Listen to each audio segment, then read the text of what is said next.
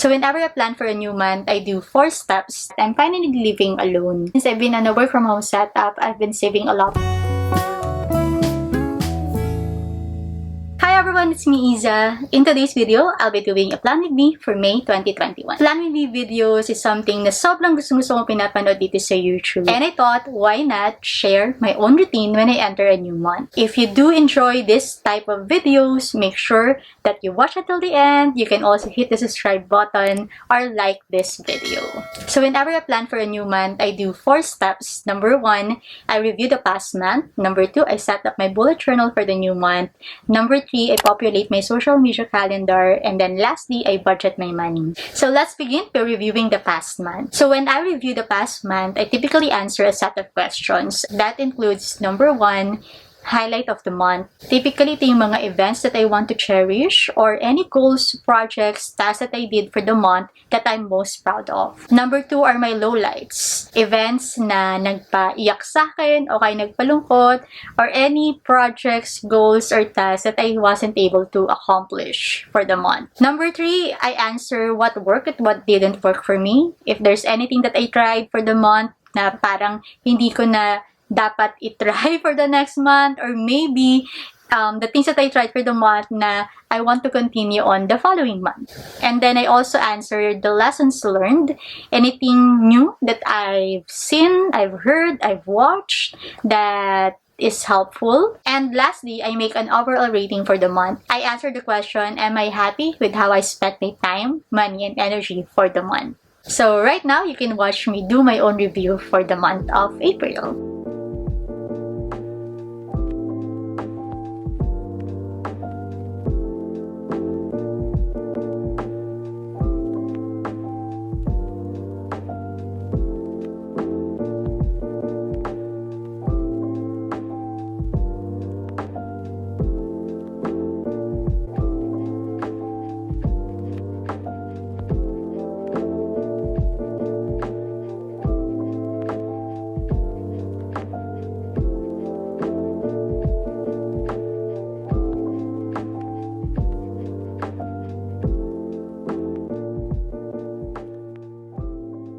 Now I'll share to you some of my answers. I'm just gonna select the things that I am okay to share here on the vlog. So first of the highlights for the month of April is that I'm finally living alone. My parents and my youngest sister actually moved for good in our province. It's something that the family has planned since August last year. And finally, okay na yung flight nila. So for the past 3 weeks, I've been learning to live on my own. Another highlight for the month of April is I had a new money coaching student. And we did our discovery call in April and as well as the first session in April. Next, I finished the season 1 of the Savings Pinay podcast. If you don't know, I actually have a podcast show. And I'm super happy that finally, after a year, I'm closing the first season. Sobrang tagal bago ko last na nag-upload doon. So medyo hindi ganun as consistent as I wanted it to be. But for the following season, I'll be very sure na I'll do it on a weekly basis. Another for the month of April is I hired a VA to do a database of the Savings Pinay blog post.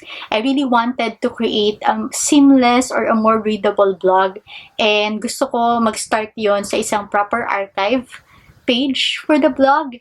And finally, kasi it's something that I have been meaning to do since 2018 pa ata, pero hindi ko magawa kasi on my own, parang hindi ko siya kaya or wala akong time to do it. Finally, hired someone to do it, and I'm very thankful kasi with my VA's help, mabilis na nagawa yung task. Another highlight for me is this. I'm finally filming a YouTube video, and I actually have 2 more videos in line after this plan with me. So sobrang excited ako to be finally uploading dito sa YouTube channel na to. And hopefully, magtuloy-tuloy na talaga. Last for my highlights for the month of April is I did the 30-day journaling challenge. I did that on my Instagram page at Izza Glino. Basically, since April 1, I've been sharing prompts for journaling. And I'm happy to report that as I share the prompts, I also do the prompts myself. And it has been like a 30 days full na nag-journaling ako.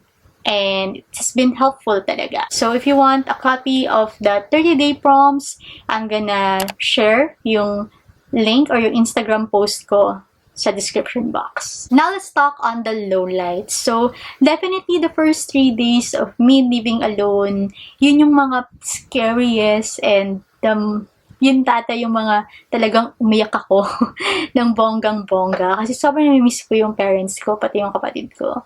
And dito sa bahay, sobrang daming memories. So, you can see them everywhere talaga. And it has been sad, syempre, kasi nga, for the longest time, kasama mo sila sa bahay, and then, suddenly, di ba, wala sila. So, I was crying, minsan, bigla na lang akong iiyak, makain ako, bigla akong iiyak, and so on. Pero, thankfully naman, na-survive ko siya. There are 2 things that I didn't do for the month of April that I really wanted to do. Number 1 is to blog in advance. Another is I was about to release a new paid product for savingspinay.ph, but I wasn't able to do so. So what worked for me for the month of April, I will count the meal prep that I do every Wednesday and Saturday. So I feel like ito na talaga yung parang days of the week ko na gustong mag-meal prep. It saved me time and then saved me energy and saved me money, syempre. Also, another thing that I did for April is the delegation part. Kasi nga, as I mentioned, for the longest time, gusto ko gumawa ng magandang archive for the blog. And I know that it will help new readers find posts that they want to read. Pero I keep on delaying that task kasi akala ko kaya ko siyang gawin on my own. But finally, delegating it to someone really helped. What didn't work for me? I'm gonna count Netflix for it kasi parang for the full month of April, I've been rewatching How I Met Your Mother, and actually natapos ko siya the whole from season 1 to season 9 for the whole month. Lessons learned. Actually, I have one particular lesson na nalaman ko lang itong April 2021. I finally learned kung ano yung ibig sabihin ng significance, which is one of my top 5 strengths in Strengths Finder. So, I found out its meaning, and feeling ko, parang mas nagre-resonate talaga siya ngayon sa akin.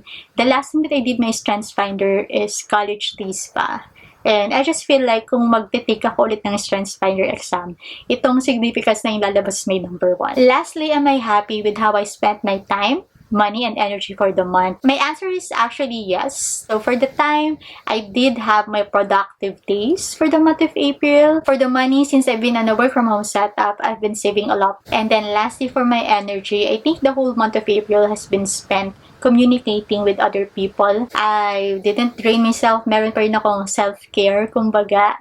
And I was able to balance things out. Now, I'll do my bullet journal setup for the month of May. Bullet journaling is something that I enjoy doing. It's actually 2015 pa, simula nung nag-start ako mag-bullet journal. And up until now, it's 2021. I still love it. It's one of the productivity tools that I found to be helpful for me.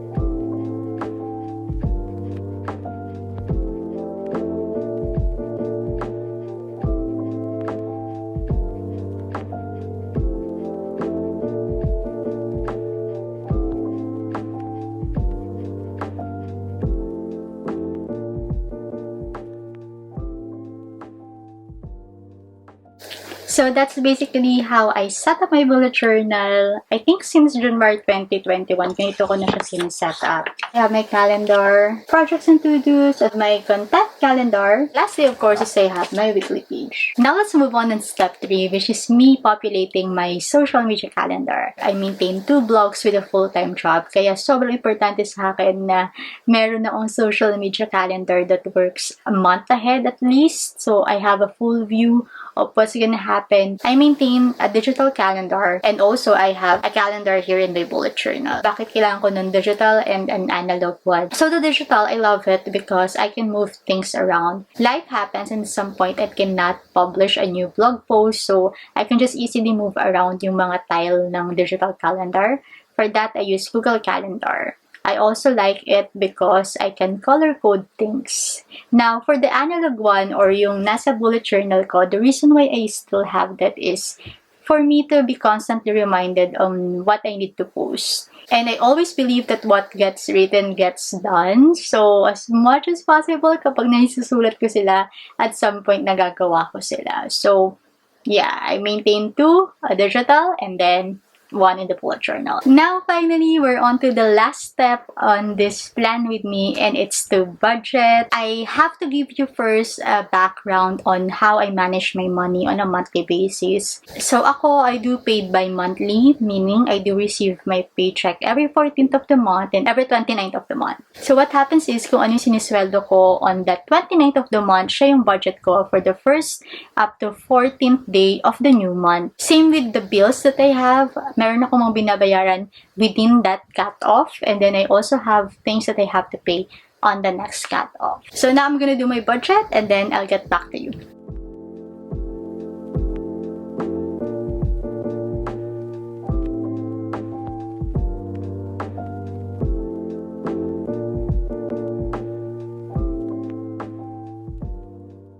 Now let's discuss the budget for the month of May. So May is actually kind of different from the usual month kasi I will receive a bonus which is 14th month.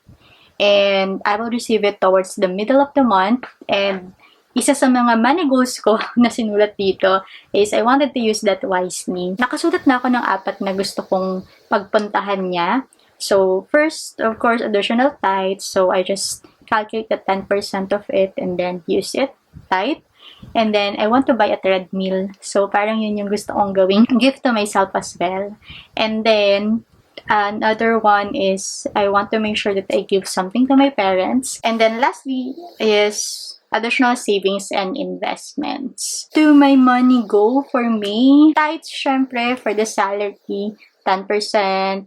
Parents' allowance, I also give to them. I have my grocery, and then the bills, which are Meralco, PLDT, and water. For the total of my needs, that's around 55% of my salary. I also have my savings and investments, and 35% of my salary goes to that bucket. And then last but not least, 10% goes to my wants, and consider ko na want is yung subscription ko.